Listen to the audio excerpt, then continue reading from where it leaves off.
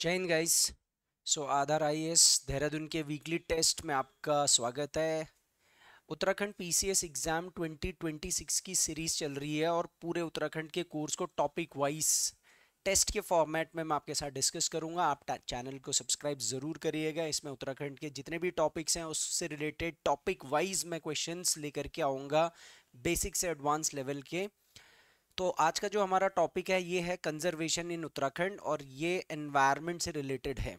ये आपके PCS mains में भी आएगा, पीसीएस प्री में भी आएगा, सब जगह इससे रिलेटेड क्वेश्चंस आपसे अच्छे लेवल पर पूछे जाएंगे। तो पहला क्वेश्चन जैसे कि हम लोग यहाँ पर देख रहे हैं, जिम कॉर्बेट नेशनल पार्क से रिलेटेड क्वेश्चन पूछा गया है। So with reference to Jim Corbett national park consider the following statements. It was originally established as Heli National Park in 1936. It was renamed as Ganga National Park, Ramganga National Park after independence. It was the first tiger reserve under Project Tiger. तो तीन options हैं, आप pause करके इसका answer पहले लगा सकते हैं। अब क्योंकि हालांकि ये वीकली टेस्ट हमारा जो ऑफलाइन सेंटर में होता है वही टेस्ट पेपर के क्वेश्चंस मैं आपके साथ डिस्कस कर रहा हूं, तो इसके अंदर आंसर आपको पहले ही से मार्क्ड देखने को मिलेंगे। तो इनमें से तीनों के तीनों आंसर्स बिल्कुल सही हैं। तीनों के तीनों स्टेटमेंट हिली नेशनल पार्क 1936 में, फिर 1950 में 54 में इसका नाम रामगंगा नेशनल पार्क हुआ था, और उसके बाद ये प्रोजेक्ट टाइगर के अंदर 1973 के में जब प्रोजेक्ट टाइगर स्टार्ट हुआ था तो उसका पहला नेशनल पार्क था। इसका सोल्यूशन भी मैंने आगे यहाँ पे डाल रखा है, इनकेस जो जिन लोगों ने बहुत ज़्यादा नहीं पढ़ रखा है तो आप यहाँ से भी ये सोल्यूशन पूरा का पूरा स्टडी कर सकते हो। सो हेली नेशनल पार्क ये जिम कॉर्बेट नेशनल पार्क था। It was first established as Hailey national park 1936, तो वो पहला स्टेटमेंट बिल्कुल सही है। उसके बाद Ramganga national park post independence में रखा गया था 1954 से लेकर के 57 तक, इसका नाम रामगंगा नेशनल पार्क था। And it became the first tiger reserve under project tiger. Project tiger कब स्टार्ट हुआ था? 1973 में स्टार्ट हुआ था। ये भी बातें याद रखिएगा। इसके बाद आपको ये भी कुछ एडिशनल इन्फॉर्मेशन पता होना चाहिए कि gym Corbett national park Nainital district में है मेजरली। वैसे तो नैनीताल और पौड़ी दोनों के अंदर आता है। India's first and Asia's oldest national park, तो इंडिया का पहला इंडिया और एशिया का पहला नेशनल पार्क है ये। 1936 में इसको हेले नेशनल पार्क रखा था, उस समय जो कुमाऊं कमिश्नर थे उनके नाम पर। फिर उसके बाद नेचुरलिस्ट जिम कॉर्बेट के नाम पर इसका नाम रखा गया था। ठीक है, high density of Bengal tigers है यहाँ पर। यहाँ पर एलिफेंट्स भी हैं, लेपर्ड्स भी हैं, डियर भी हैं, स्लॉथ बेयर भी हैं, और 600 से ज़्यादा बर्ड्स की स्पीशीज़ भी हैं। ढिकाला और बिजरानी, अगर आप कभी जिम कॉर्बेट नेशनल पार्क घूमने आते हैं तो आपने ढिकाला और बिजरानी सुना होगा। ढिकाला से एंटर करेंगे या बिजरानी से एंटर करेंगे, और साथ में यहाँ पर जो डेसिडुअस फॉरेस्ट, बैम्बू के पेड़ और खैर और सिसु के पेड़ यहाँ पर इम्पॉर्टेंट ट्रीज है। So this is all you have to remember with respect to Jim Corbett national park. ठीक है, अगले क्वेश्चन की तरफ चलते हैं। Which of the following national park of Uttarakhand is the largest in area? सबसे बड़ा कौन सा है इसमें से? राजाजी नेशनल पार्क जो कि Haridwar, Dehradun, Nanda Devi national park Chamoli, Gangotri national park Uttarkashi, और गोविंद नेशनल पार्क। तो इन तीनों में से चारों में से सबसे बड़ा नेशनल पार्क है Gangotri national park. Gangotri national park Uttarkashi में है और 2390 किलोमीटर स्क्वायर एरिया में फैला हुआ है। उस नज़रिए से ये बन जाता है उत्तराखंड का सबसे largest national park. Wild life sanctuary की बात करता है तो केदारनाथ वाइल्ड लाइफ सेंचुरी सबसे लार्जेस्ट आता है। यहाँ पर आप देख सकते हैं ये सारे के सारे नेशनल पार्क्स की लिस्ट है, और इसमें आप गंगोत्री नेशनल पार्क उत्तरकाशी के नॉर्दर्न साइड में देख सकते हो। ठीक है, एग्जैक्ट गंगोत्री नेशनल पार्क का अगर एरिया देखना है तो 2390.02 किलोमीटर स्क्वायर है, और इस नज़रिए से ये उत्तराखंड का सबसे लार्जेस्ट नेशनल पार्क बन जाता है। और बाकी अगर नेशनल पार्क जो ऑप्शन में दिए हैं, जैसे फर्स्ट ऑप्शन था राजाजी नेशनल पार्क, ये 820 किलोमीटर स्क्वायर एरिया है। नंदा देवी नेशनल पार्क ये 630 किलोमीटर स्क्वायर एरिया है, और गोविंद नेशनल पार्क ये 472 किलोमीटर स्क्वायर एरिया है। सबसे छोटा नेशनल पार्क कौन सा आएगा? Valley of flowers. Valley of flowers सबसे छोटा नेशनल पार्क है, 85 किलोमीटर स्क्वायर एरिया के आसपास इसका टोटल एरिया है। तो इस नज़रिए से आपको सारे के सारे जो नेशनल पार्क है, 6 ही तो नेशनल पार्क है, 6 के 6 नेशनल पार्क के आपको एरियाज भी पता होना चाहिए, या असेंडिंग डिसेंडिंग तो पता ही होना चाहिए। विच of the following is incorrectly matched, कौन सा इसमें से सही से मैच नहीं है? 1 2 3 4।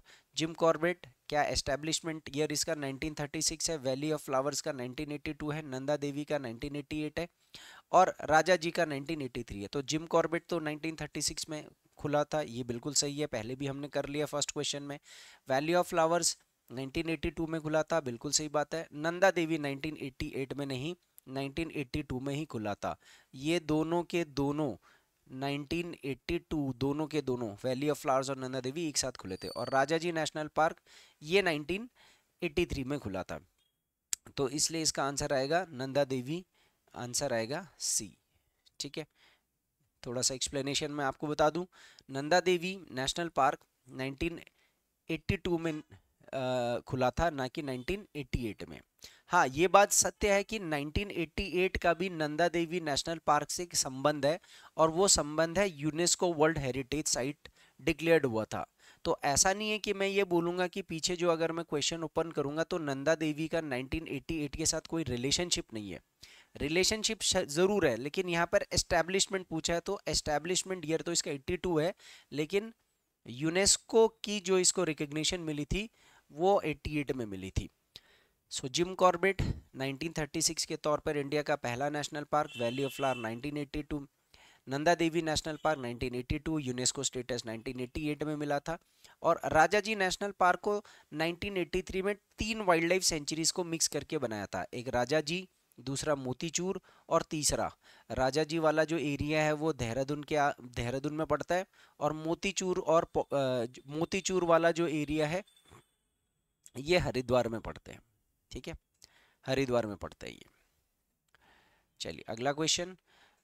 The Rajaji national park derive it's name from, Rajaji national park का राजाजी नेशनल पार्क क्यों रखा गया था? क्योंकि राजाजी एक टाइगर था, क्योंकि राजाजी राजगोपालाचारी थे के नाम पर जो last governor general of India थे, क्योंकि राजाजी एक रिवर है जो शिवालिक्स में ब्लो करती है, और लोकल गढ़वाल के एक ट्राइब के चीफ थे ये। तो ऑब्वियसली बात है, ये सारे के सारे एब्सर्ड हैं। राजा जी किसी टाइगर का नाम नहीं था। राजा जी ना कोई नदी है, जहाँ से राजा जी ब्लो करती है उसका नाम रघाटी रिवर है। कौन सा रिवर है? रघाटी रिवर, जिस पर दिल्ली और देहरादून एक्सप्रेसवे बन रहा है ना अभी। तो दिल्ली और देहरादून एक्सप्रेसवे वो राजा जी रघाटी रिवर है। ठीक है, सो ये भी गलत हो जाएगा। और ऐसे राजा जी कोई ट्राइब के चीफ तो थे नहीं, तो सी राजगोपालाचारी जी के नाम पर। अब सी राजगोपालाचारी जी कौन थे? आपको पता होगा जब आपने मॉडर्न हिस्ट्री पढ़ी होगी। जो राजा जी नेशनल पार्क है 1983 में ये एस्टैब्लिश हुआ था, और सी राजगोपालाचारी के नाम पे था। वो हमारे एक फ्रीडम फाइटर थे, इंडिया के लास्ट गवर्नर जनरल भी थे, आज़ाद भारत के फर्स्ट इंडियन थे जो गवर्नर जनरल भी बने थे, और इनको प्यार से राजा जी बोलते थे। इसलिए राजा जी, मोतीचूर और चीला वाइल्ड लाइफ तीनों सेंचुरियों को मिला करके ये राजा जी नेशनल पार्क बनाया गया था। ये शिवालिक रेंज में आता है, और मेजरली एलिफेंट्स और टाइगर के लिए फेमस है। इसके अलावा लेपर्ड्स, साल फॉरेस्ट, ये सब है। So in the honour of C Rajagopalachari, popularly known as Raja ji, who was the last governor general of India. ये इंडिया के लास्ट गवर्नर जनरल थे, जो कि माउंटबेटन के जाने के बाद बनते हैं। 1948 से लेकर के 1950 तक बनते हैं ये गवर्नर जनरल। अगला question, valley of flowers national park किसने डिस्कवर करा था? जिम कॉर्बेट ने, फ्रैंक स्मिथ, एंडरसन, या राजगोपालाचारी? तो इसका क्वेश्चन ये सीधा सीधा फैक्चुअल क्वेश्चन है, अगर पढ़ रखा है तो तभी आ पाएगा। या आप फोटो देख सकते हैं, फ्रैंक स्मिथ जिन्होंने माउंट कामेत की तलाश के लिए जो जा रहे थे, तो गलती से वो रूट डिस्कवरी के चक्कर में, माउंट कामेत की रूट डिस्कवरी के चक्कर में उनको ये वैली ऑफ फ्लावर्स मिल गया था। ये उनके 4 शेर्पाज हैं जिनके साथ वो वहाँ पर गए थे। इनके 2 दोस्त भी थे, उन 2 दोस्तों का नाम था एरिक शिम्पटन और हॉल्ड्सवर्थ। ठीक है, तो एरिक शिम्पटन और हॉल्ड्सवर्थ। अब आप यहाँ देखेंगे, यहाँ पर एरिक शिम्पटन, हॉल्ड्सवर्थ वैसे भी कहीं पर नाम ले नहीं रखा है। तो कब हुआ था इसका डिस्कवरी? 1931 में। कौन थे ये? फ्रैंक स्मिथ ब्रिटिश माउंटेनियर थे, उनके साथ उनके दो दोस्त भी थे, एरिक शिम्पटन और आर एल होल्ड्सवर्थ। इन दोनों दोस्तों के नाम भी याद रखिएगा। ये लोग माउंट कामेत से नीचे आ रहे थे, है ना, मैंने बताया था ना, माउंट कामेत की खोज करी थी, लेकिन वापस आने के लिए, जोशीमठ वापस आने के लिए तब स्मिथ ने इस जगह का नाम वैली ऑफ फ्लावर्स रखा था। बाद में उन्होंने एक बुक भी छापी थी सेम वैली ऑफ फ्लावर्स के नाम से ही, जिसको ग्लोबल रिकग्निशन मिला था, और यहीं से हिमालय की एक अलग पहचान मिली थी उस दिशा के अंदर। तो अगला क्वेश्चन आता है guys, which of the following rivers flow through gym Corbett national park. ठीक है, इसने पूछा जिम कॉर्बेट नेशनल पार्क से कौन सी वाली नदी है, कौन कौन सी नदियां गुजरती है। तो जैसे मान लो ये जिम कॉर्बेट नेशनल पार्क है, तो ऐसे ऐसे करके वो पूछ रहा है कि कौन कौन सी नदियां फ्लो करती है। एक है कोसी नदी, एक है ढेला नदी, और एक है गंगा नदी। ठीक है, तो ऑब्वियस ही बात है, गंगा नदी का तो कोई लेना देना नहीं है, और अगर मैं थर्ड एलिमिनेट करूं तो मेरा आंसर 1 and 2 ही बचता है, यानी कोसी और ढेला। जबकि जो मेन रिवर है वो इस ऑप्शन में नहीं दी गई है। तो आपको ऐसे क्वेश्चंस घुमाने के लिए पूछ सकता है, बट एलिमिनेशन करके बहुत आसान भी हो जाता है कई बारी। तो रामगंगा रिवर आप याद रखिएगा। Rivers in Jim Corbett National Park.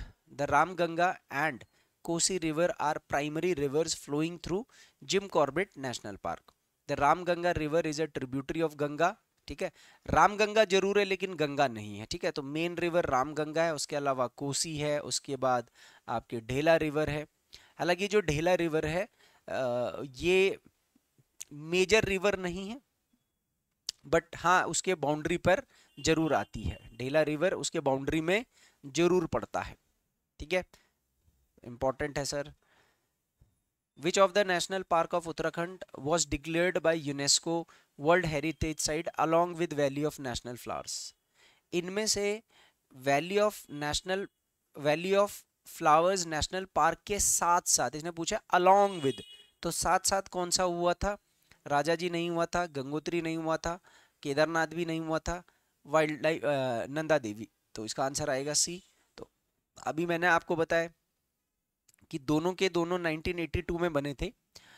ठीक है, ये तो नेशनल पार्क 82 में बने थे, लेकिन जो नंदा देवी है ये यूनेस्को हेरिटेज साइट 1988 में बना था। और वैली ऑफ फ्लावर्स, जो वैली ऑफ फ्लावर्स है ये 2005 में इसको यूनेस्को हेरिटेज साइट मिला था। ठीक है, so this is how the valley of flowers look like, a long valley with lots of flowers around it. More than 500 species of flowers are there. So Nanda Devi National Park was declared a UNESCO World Heritage Site in 1988. The site along with the Valley of National Park, Valley of Flower National Park 2005 में बना था। ठीक है, इसीलिए दोनों के दोनों वैसे जॉइंटली डिस्कवर्ड हुए थे नेशनल पार्क के तौर पर, लेकिन अलग अलग साल में यूनेस्को का इनको तवज्जो मिला था। तो ट्रिकी क्वेश्चन है, आप इसको याद रखिएगा। इसके बाद आता है match the following.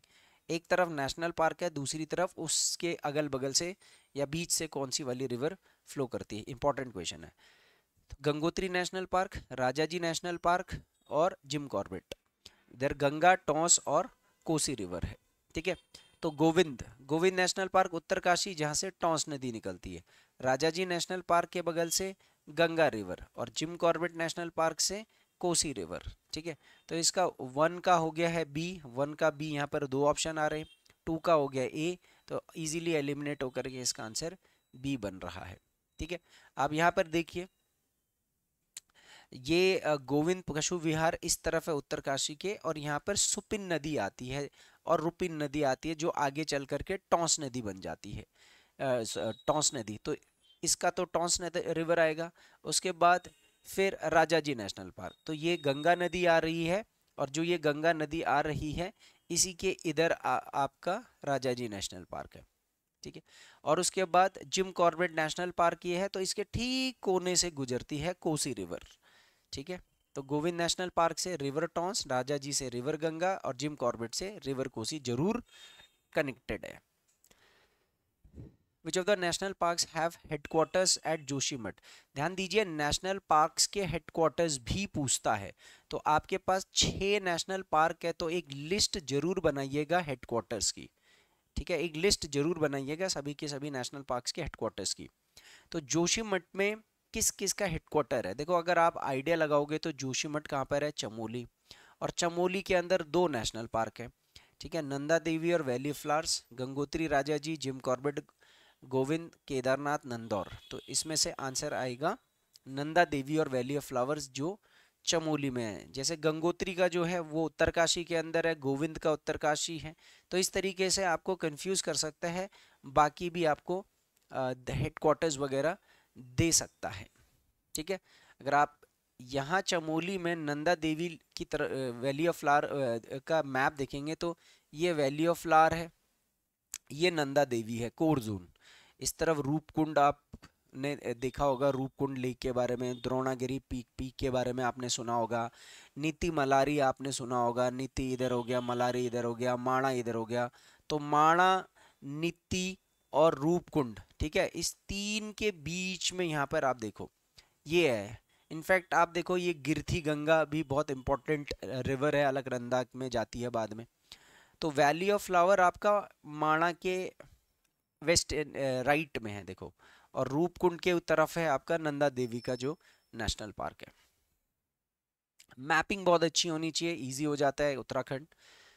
Consider the following statements about Govind national park. Govind national park के बारे में कौन सा स्टेटमेंट सही है? It is located in Uttarkashi district, river Tons passes through it, both snow leopard and brown bear are species. तो बिल्कुल सही है, गोविंद नेशनल पार्क उत्तरकाशी में है। अभी मैंने ऊपर दूसरे क्वेश्चन में बताया था कि टॉन्स रिवर की जो सुपिन रिवर है वो यहाँ से गुजरती है, और यहाँ पर स्नो लेपर्ड और ब्राउन बेयर है। बिल्कुल सही है सर, स्नो लेपर्ड के लिए तो उत्तराखंड में ये सबसे मेन साइट है, मेन साइट।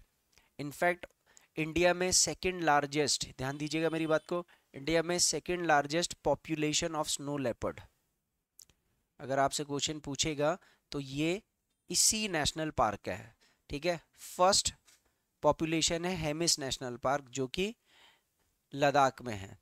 तो स्नो लेपर्ड एक एंडेंजर्ड स्पीशीज है। इस एंडेंजर्ड स्पीशीज को कंजर्वेशन के लिए गंगोत्री गोविंद नेशनल पार्क बहुत इंपॉर्टेंट है।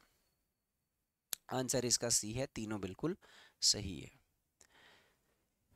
So here is a little more deeper explanation. कैसे आप कह सकते, देखिए आप ये देखिए कि ये जो एरिया है ये एरिया पूरा गोविंद नेशनल पार्क का एरिया, ये वाला ये एरिया, ठीक है। अब आप यहाँ पर देखो सुपिन गार्ड रिवर सुपिन जो आगे चल करके टॉन्स बनती है।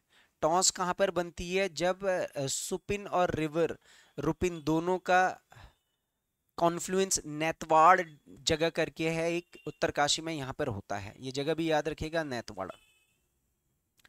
सो गोविंद नेशनल पार्क को गोविंद नेशनल पशु विहार भी बोलते हैं, and it's a house of snow leopard, brown bear, musk deer, कस्तूरी मृग। So Govind national park located in the Uttarkashi district, ठीक है। एंड दिस पार्क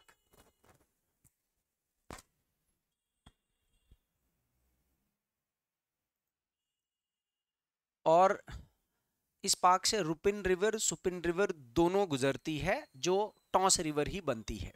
तो टॉन्स रिवर का एनकैचमेंट एरिया है, एक high altitude Himalayan habitat area है, मतलब लगभग 3000 मीटर के आसपास की हाइट है।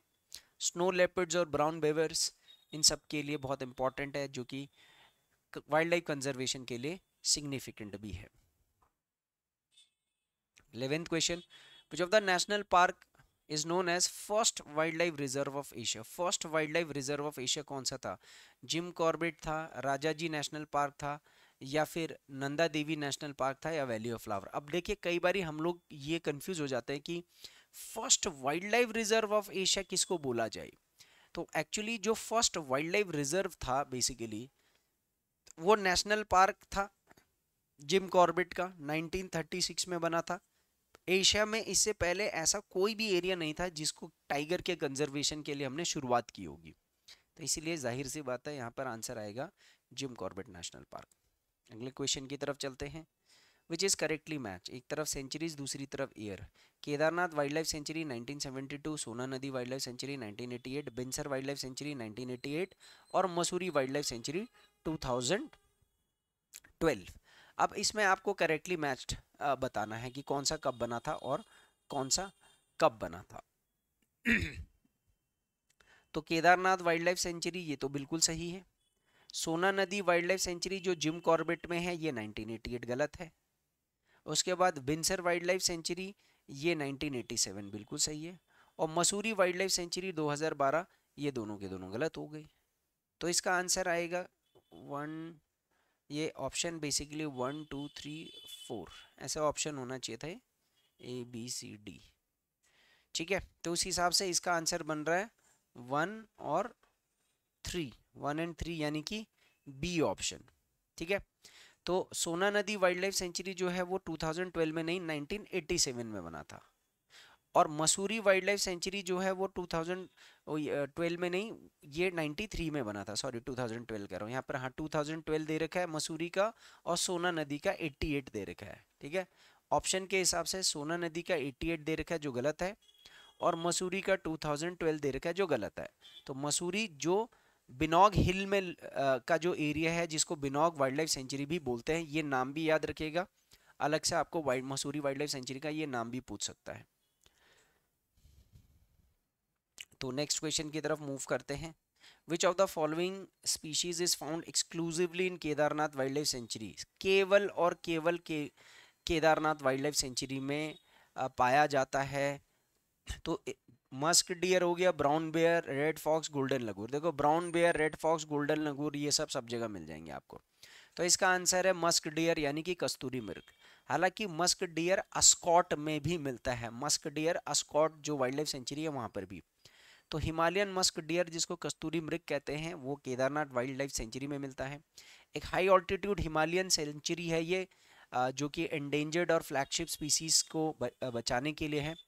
यहाँ पर मस्क डियर के साथ साथ स्नो लेपर्ड भी मिलता है, हिमालयन ब्लैक बेयर भी मिलता है, और हिमालयन तार भी मिलता है, तार जो बकरी के जैसा होता है। ठीक है, और कुछ अदर एनिमल्स तो मुंजाग हो गया, सांबर, घुरल घुरल हो गया, सिरो हो गया, जैकल्स, रेड फॉक्स ये वो। बट ये और जैसे रेड फॉक्स ऊपर दे रखा है तो ये और भी जगह पर मिलते हैं। तो केदारनाथ मेजरली मस्क डियर के पॉइंट ऑफ व्यू से ज़्यादा फेमस है। Arrange the following wild life sanctuaries in chronological order. सोना नदी, केदारनाथ, अस्कॉट और नंदौर। आपको बताना है कि पहले कौन सा बना था, फिर कौन सा बना था, और फिर कौन सा बना था। तो सबसे पहले बना था 1972 में केदारनाथ वाइल्ड लाइफ सेंचुरी, जो कि इम्पोर्टेंट है। उसके बाद अस्कॉट वाइल्ड लाइफ सेंचुरी। ठीक है, यहाँ पर मैंने सबका यहाँ पर दे रखा है 1986 अस्कॉट, केदारनाथ 1972, अस्कॉट 1986, सोना नदी 1987 और नंदौर 2012। अब देखो यहाँ पर देखो सबसे कॉमन पता है क्या, देखो जो केदारनाथ है ये सेकंड दूसरा वाइल्ड लाइफ सेंचुरी था, क्योंकि पहला तो गोविंद पशु विहार था। तो क्रोनोलॉजी में ये, और ये था 2012, ये सबसे लेटेस्ट वाइल्ड लाइफ सेंचुरी है, 2012 में बना था। ठीक है, अब देखो सबसे पहला हो गया 2 और सबसे लास्ट हो गया 4, तो 2 और 4 के यहाँ पर दो ऑप्शन बन रहे हैं, इसलिए आंसर बनेगा नहीं इससे। आपको सोना नदी और अस्कॉट, ठीक है, 1986 और 1987, सोना नदी 1987 और अस्कॉट 1986 दोनों याद करने होंगे। इनफैक्ट देखिए टोटल 7 वाइल्ड लाइफ सेंचुरीज हैं, सातों के साथ का जो एस्टेब्लिशमेंट ईयर है वो पता होना चाहिए 7, और 6 नेशनल पार्क है, 6 के 6 नेशनल पार्क का एस्टेब्लिशमेंट ईयर पता होना चाहिए, क्योंकि क्लोज क्वेश्चंस आ जाते हैं इस तरीके के। Which wild life sanctuary is known as Har Ki Dun trekking reason?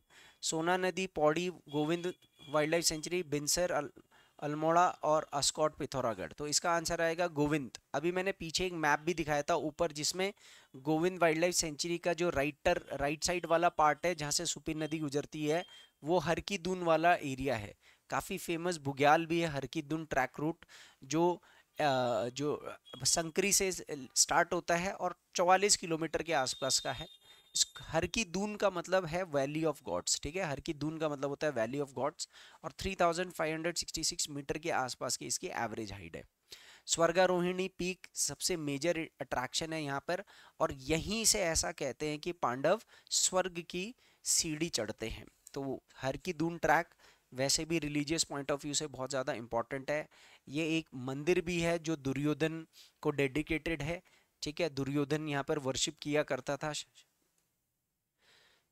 Which is the smallest wild life sanctuary of Uttarakhand? सबसे छोटा वाइल्ड लाइफ सेंचुरी कौन सा है? मसूरी, बिनसर, नंदौर या सोना नदी? तो ऑब्वियसली इसका आंसर बनेगा मसूरी, जो कि 10.92 kilometre square area, which is approximately 11 kilometre square area में। बस एक हिल है जिसका नाम है बिनौग हिल, और फिर बहुत सारे यहाँ पर ऐसे मसूरी, मेन मसूरी बिनौग से थोड़ा सा अलग है, तो ये बिनौग के आसपास का जो रीजन है ना, इसको प्रोटेक्ट कर रखा है।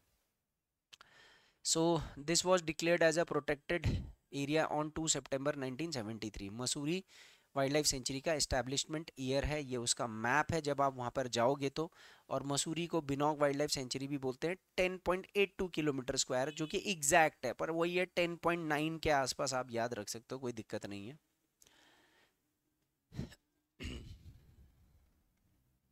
Next question, which of the following is or are included in the Nanda Devi biosphere reserve? इनमें से कौन सा नंदा देवी बायोस्फीयर रिजर्व में आता है? तो नंदा देवी बायोस्फीयर रिजर्व बहुत बड़ा एरिया है। एक नेशनल पार्क क्या होता है, वाइल्ड लाइफ सेंचुरी क्या होता है, और बायोस्फीयर रिजर्व क्या होता है, और कंजर्वेशन रिजर्व क्या होता है? ये 4 तरीके के रिजर्व्स पता होने चाहिए आप लोगों को कॉन्सेप्चुअल लेवल पर भी, और इनके अंदर क्या क्या आते हैं। आप मेरे को सब्सक्राइब करके रखो, फॉलो करके रखो, और अगर आप उत्तराखंड का बहुत ही डिटेल्ड पीसीएस का कोर्स ज्वाइन करना चाहते हो तो आप मेरा ऐप भी डाउनलोड कर सकते हो। ऐप के अंदर मैंने सारी के सारे कोर्सेज बना रखे हैं, जिसका लिंक डिस्क्रिप्शन पर है।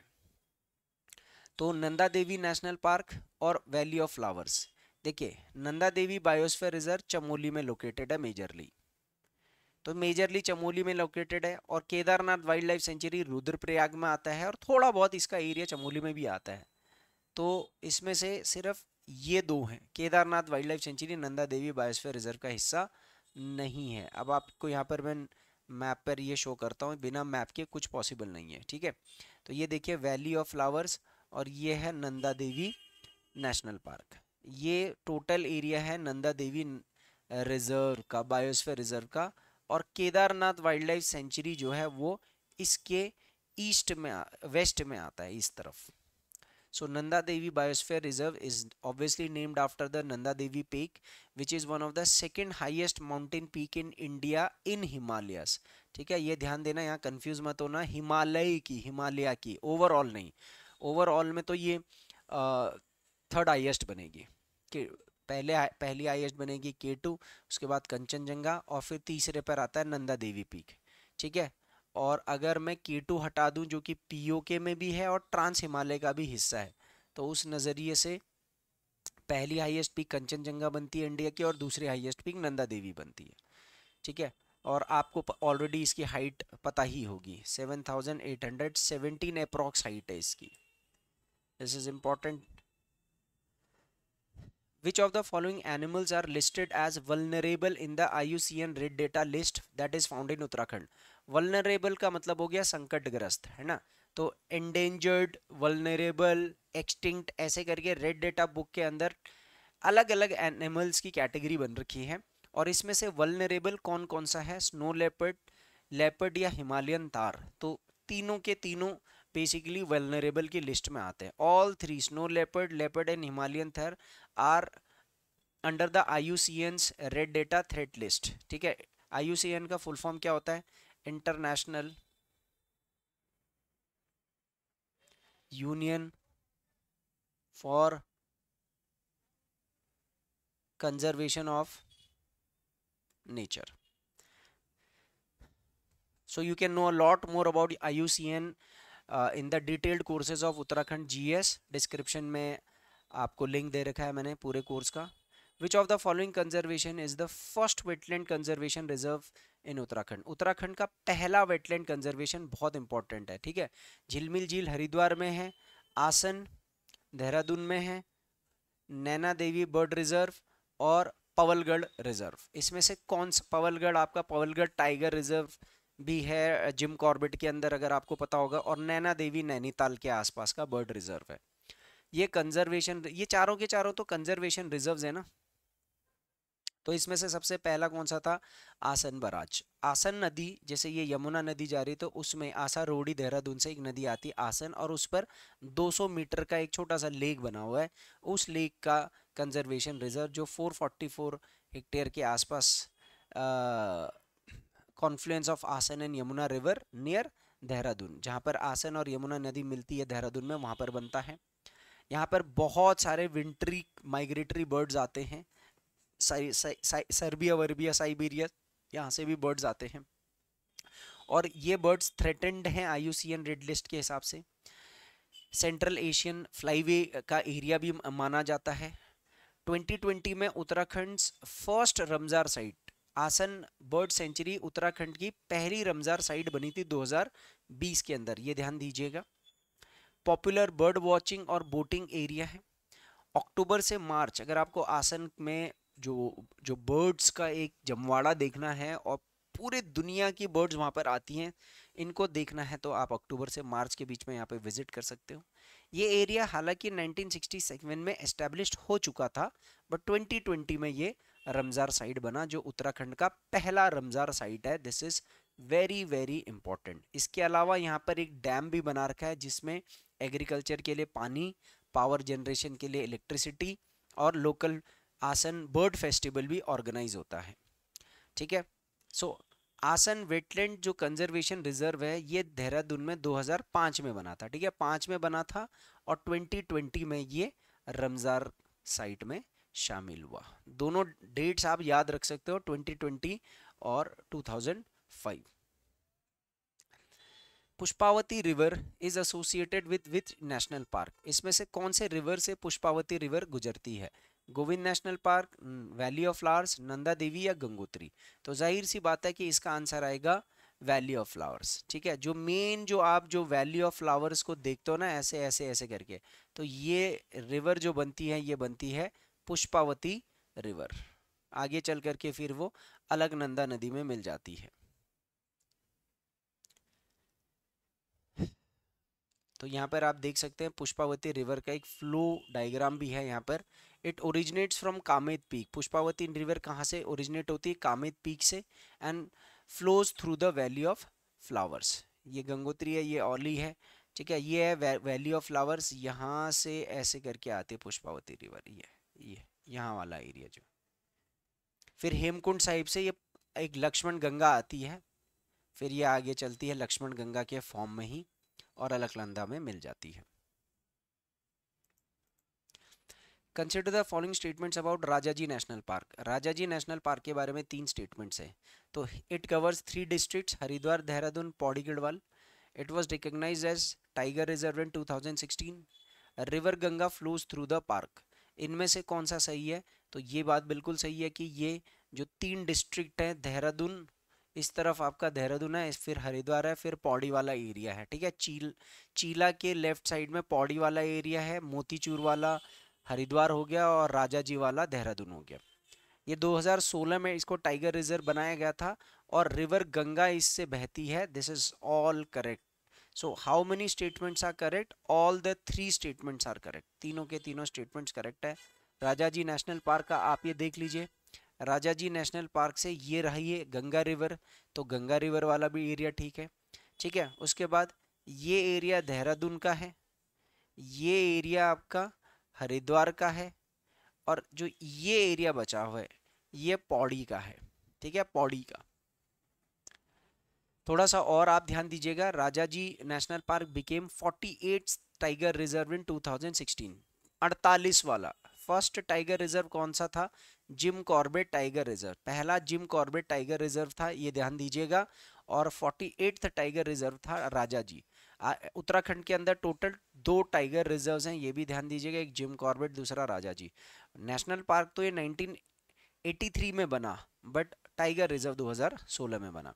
ये भी ध्यान दीजिएगा, 3 वाइल्ड लाइफ सेंचुरीज को मिला के बनाया गया था, राजाजी, मोतीचूर और Chilla, and named after C Rajagopalachari. He was the first governor general of India. हाँ, 2015 में it became a reserve protect to its biodiversity, but 15 में घोषणा करी थी, 16 में इसको नोटिफिकेशन मिला था।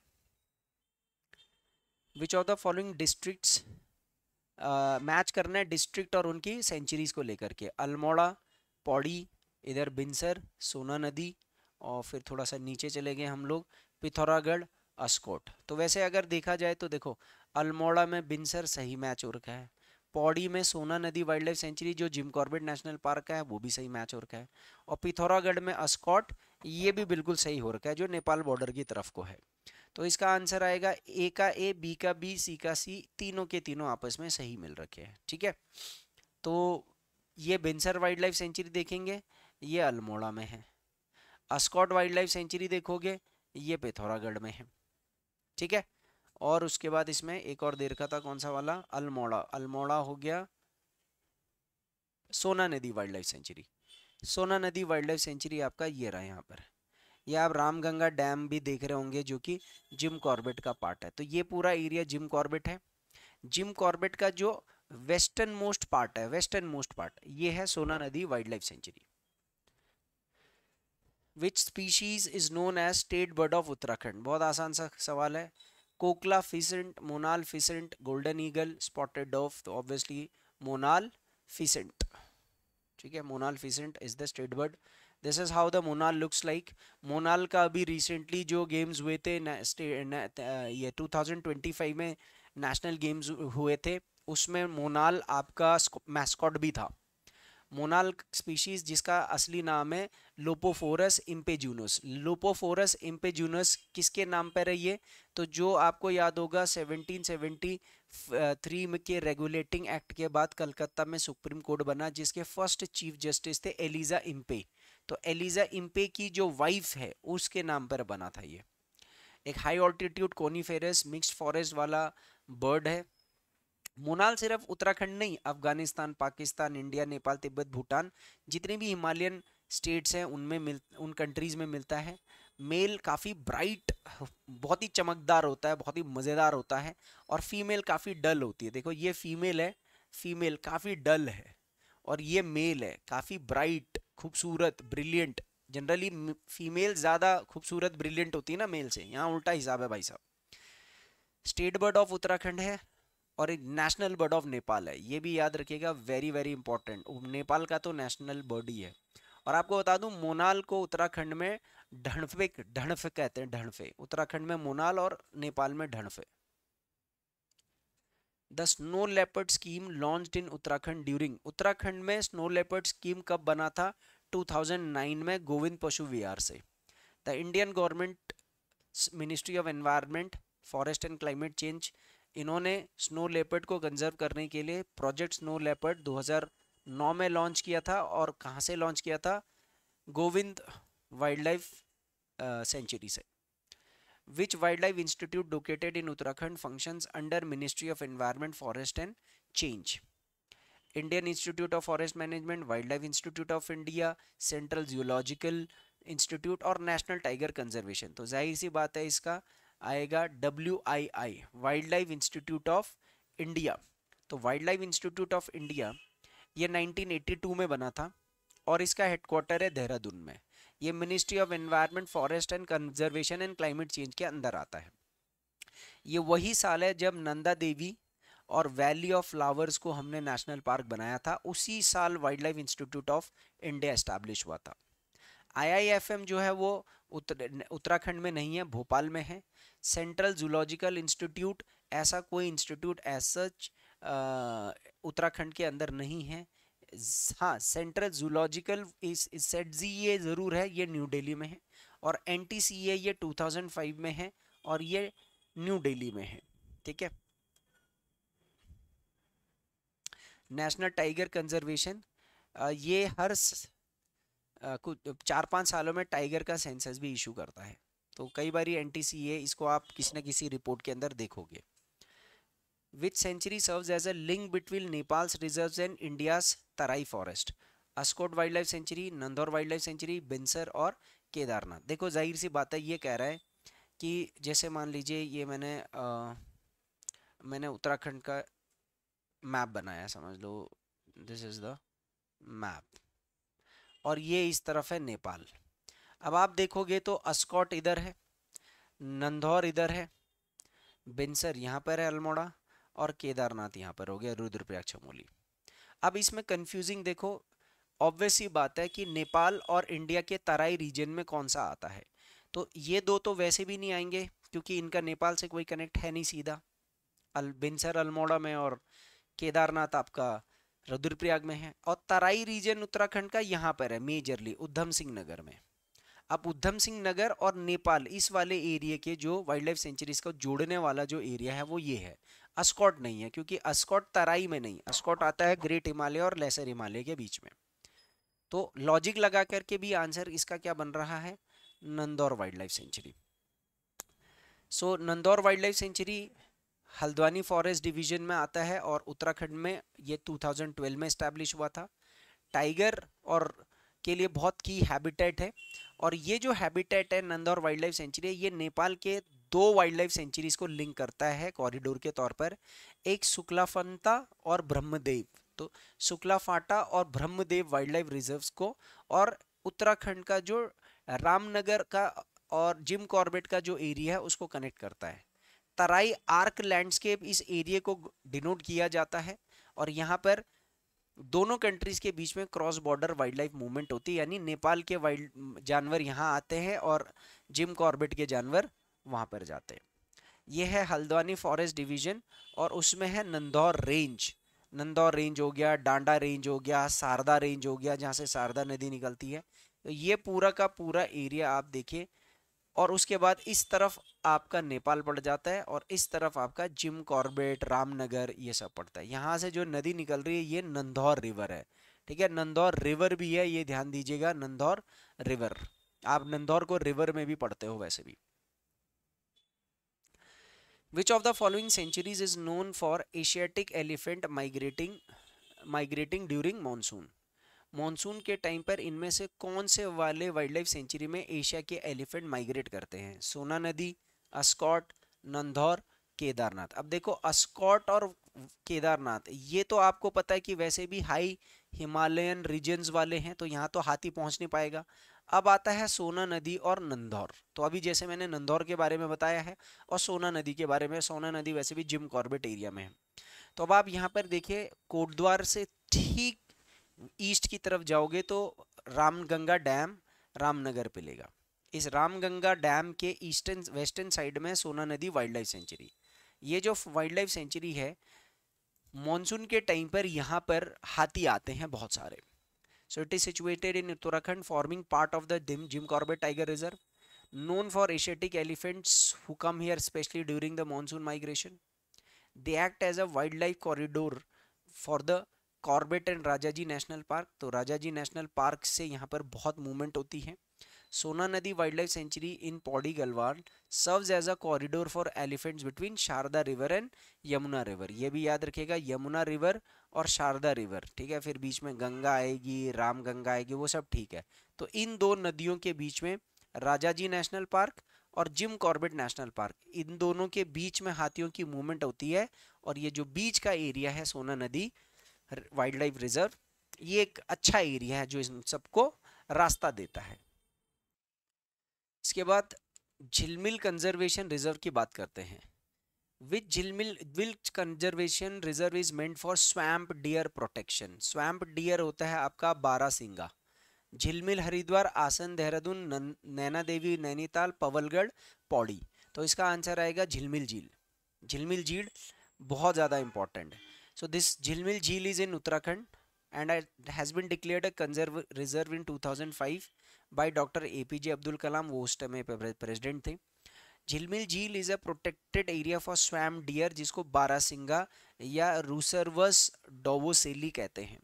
ये last surviving heard of northern swamp dear है उत्तराखंड के अंदर, इसलिए ये वैसे भी बहुत ज़्यादा इंपॉर्टेंट बच जाता है। मतलब बारासिंगों की नॉर्थ इंडिया में लास्ट प्रजाति यहीं पर आपको मिलेगी।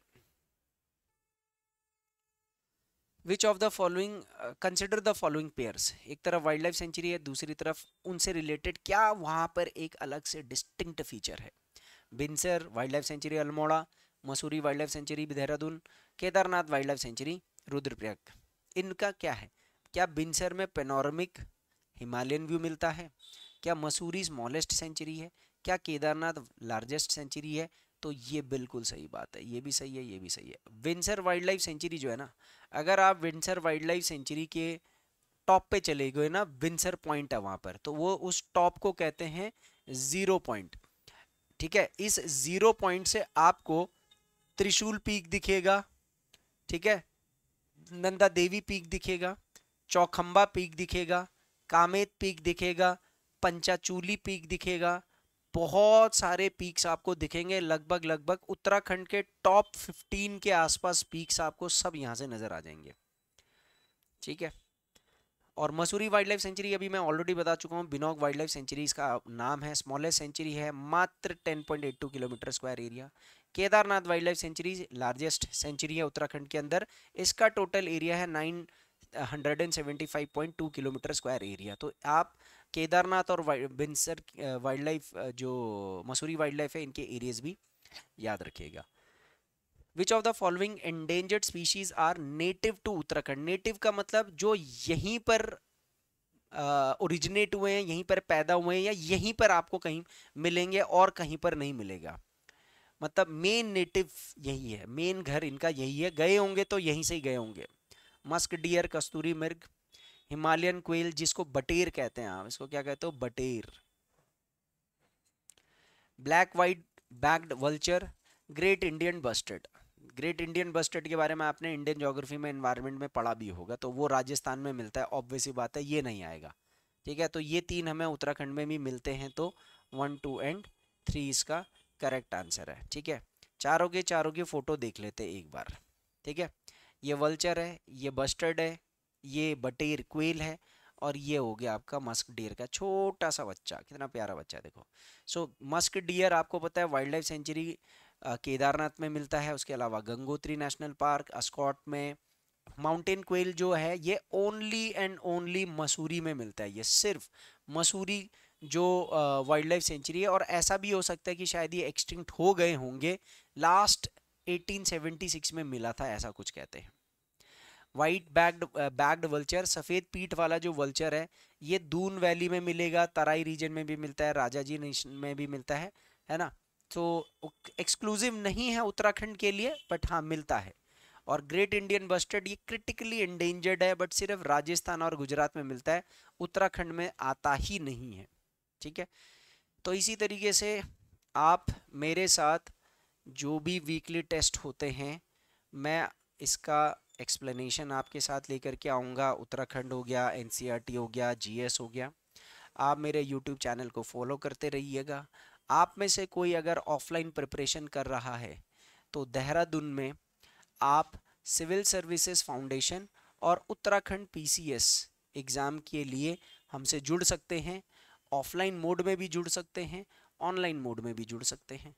सर मैं तो सर ऑफलाइन ही प्रेफर करता हूँ, सबसे बेस्ट कोचिंग है ऑफलाइन मोड, ऑनलाइन मोड में उतना नहीं होता है।